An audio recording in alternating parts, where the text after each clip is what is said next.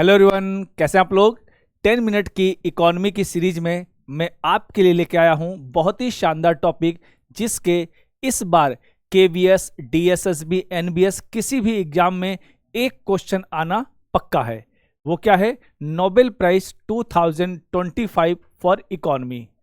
तो देखते हैं इस बार के जो नोबेल प्राइज मिले हैं इकोनॉमी के लिए, वो 3 व्यक्तियों को मिले हैं। इनके नाम आप लोग देख लीजिएगा जरूर से, जो मैं बता रहा हूं आप लोग को। वो नाम है जोएल मोइकिर। ये किस देश के निवासी हैं? नीदरलैंड के। वहीं फिलिप अघिंकन, ये कहाँ के हैं? ये फ्रांस के निवासी हैं। वहीं पीटर हॉबिट, ये भी फ्रांस के निवासी हैं। तो आपको पता होना चाहिए कि एग्जामिनर किस तरीके से क्वेश्चन बना सकता है। वो पूछेगा इनमें से 2 पुरस्कार विजेता फ्रांस के हैं, तीसरे जो फ्रांस के नहीं है उनका नाम क्या है? तो वो नाम है जोएल मोइकिर।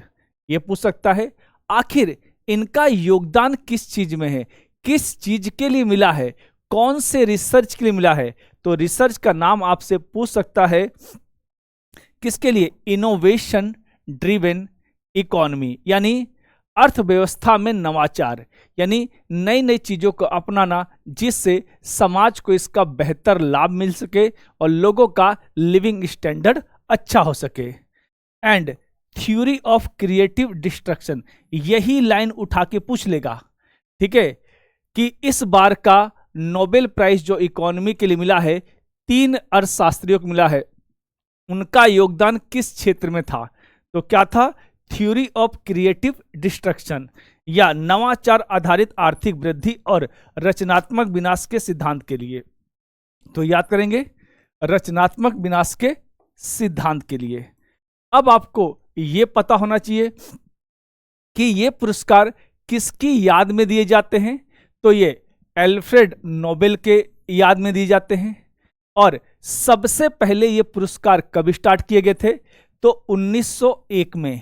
और तब केवल 5 श्रेणियां थी जिसमें ये पुरस्कार दिए जाते थे। तो आप कहोगे सर छठी श्रेणी कौन सी थी? यही आपकी इकोनॉमी, जो कब जोड़ी गई?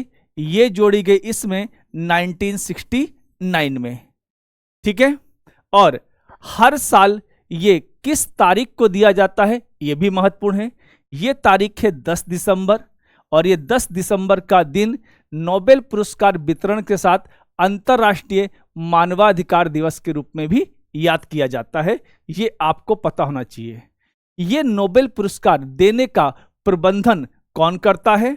Nobel foundation, Stockholm, Switzerland. तो किस देश के द्वारा दिया जाता है? ये भी पूछ सकता है, स्वीडन द्वारा।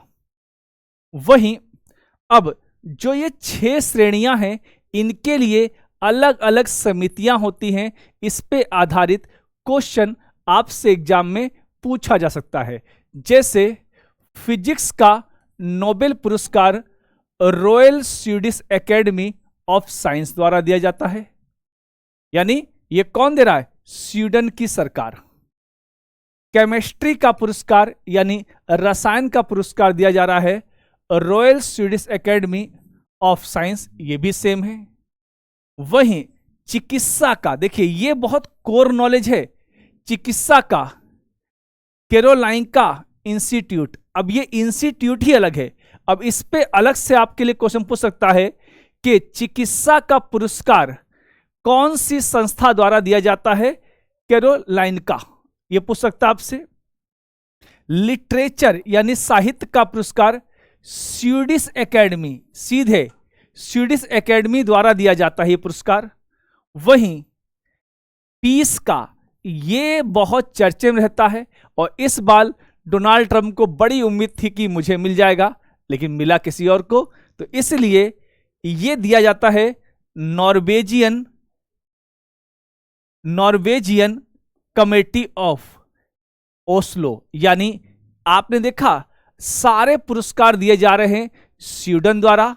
वहीं शांति का पुरस्कार दिया जा रहा है नॉर्वे की सरकार द्वारा।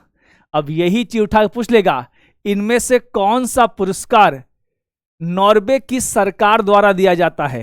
तो कौन सा है? शांति का है। और सबसे चर्चा में हर साल शांति का ही पुरस्कार रहता है कि किसको दिया गया। वहीं इकोनॉमी का पुरस्कार दिया जाता है स्योराइज रिस्क बैंक, स्वीडन्स सेंट्रल बैंक। और इकोनॉमी का पुरस्कार दिया जाता है आपका स्वीडन का जो सेंट्रल बैंक है उसके द्वारा। ये जोड़ा गया था 1968 में, लेकिन प्रोवाइड किया गया था पहली बार 1969 में। ये ध्यान दीजिएगा।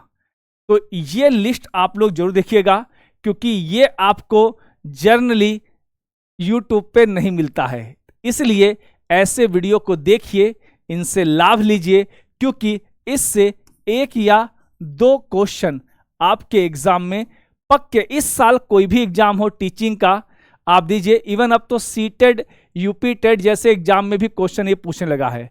तो सभी के लिए ये महत्वपूर्ण हो गया है, ये आप लोग ध्यान रखिएगा। तो चलिए मिलते हैं हम लोग नेक्स्ट वीडियो में। तब तक के लिए धन्यवाद, थैंक यू। होपफुली ये वीडियो पसंद आएगा, और पसंद आए तो इस वीडियो को अधिक से अधिक लोगों तक शेयर कीजिए, ताकि ऐसे वीडियो हमें बनाने के लिए मोटिवेशन मिले और आप भी हमें ढेर सारा प्यार दें। Thank you.